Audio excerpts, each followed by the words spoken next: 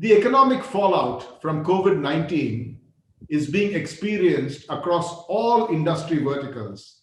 Banking is really no different. What are you seeing in global banking and specifically in the Nordics region? Actually, as you said, banking is no different from other industries. We're not in the same boat. We are in the same storm in different boats, I guess.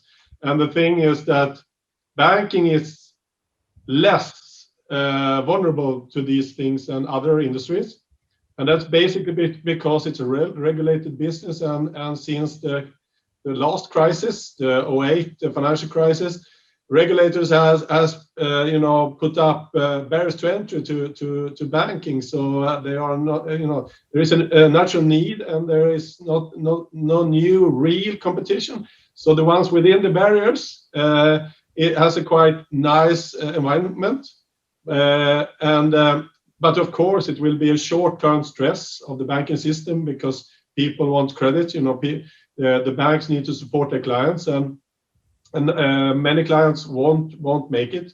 But it's a huge difference between doing small enterprise banking and large enterprise banking and private banking and personal banking, all of that. So people are in very different positions. But in general, short-term stress, need of capital. But the big thing, I guess, is the fast track of the already existing digitalization kind of wave. This pushes the banks also in regions where you haven't been focused on digital so much, but on natural reasons, it pushes banks to invest in digital to be able to compete or service the clients. A new service model, basically. So it's disruptive, totally disruptive, I would say, in banking.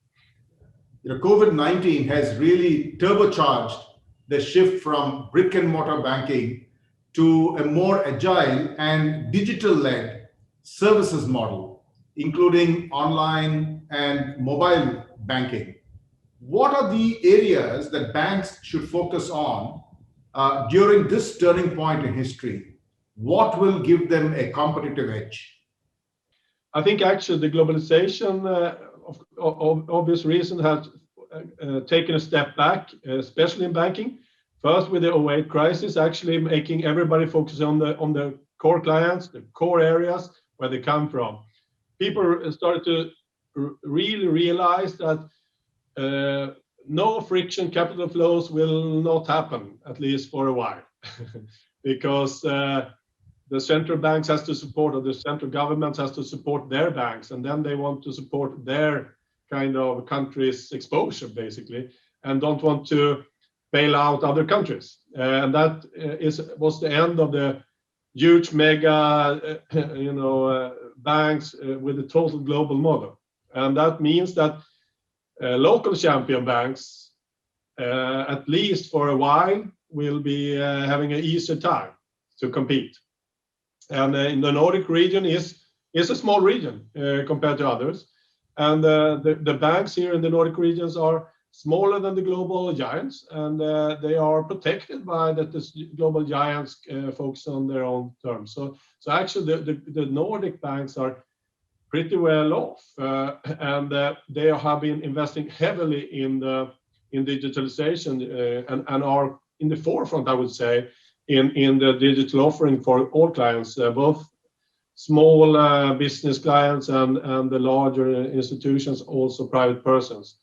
And there are some countrywide initiatives making it easier to build good experience for clients, and it's kind of a joint system for ID control and knowing who's who, and bank ID it's called, making it easier to so all banks don't have to invent that, so they can create user experiences.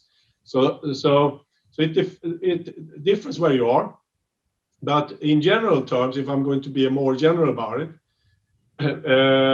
people have to invest in, of course, UX and customer journeys and having nice experience and all of that.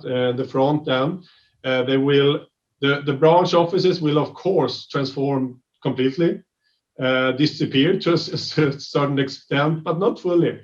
I believe that one of the strengths of a bank, and this was something which I was advocating very strong when I was a banker and in the executive board of one of the biggest Nordic banks, SEB, the oldest bank actually, that was we need to change how we operate with the branches.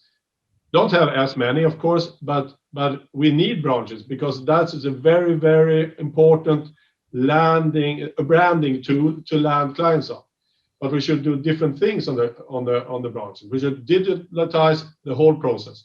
People should be relationship people in the branch, not credit people or investment people or administrative people. Nothing like that. It should just be a branding tool and a relationship tool.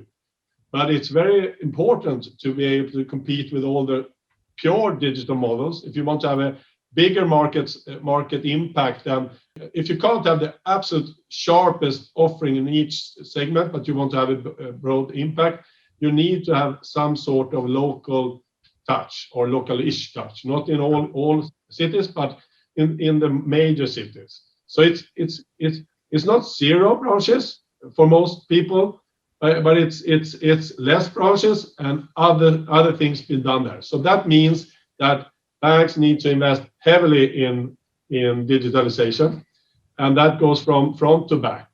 And I think the wave now, at least in the Nordics, but also many areas in the global landscape, it's all about hyperautomation.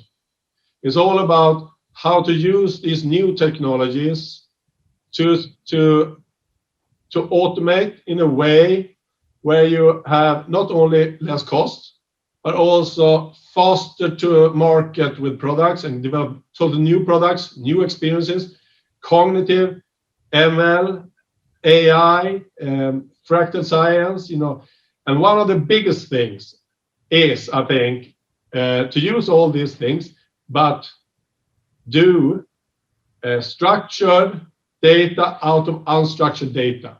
I think that is the big game changer for banking.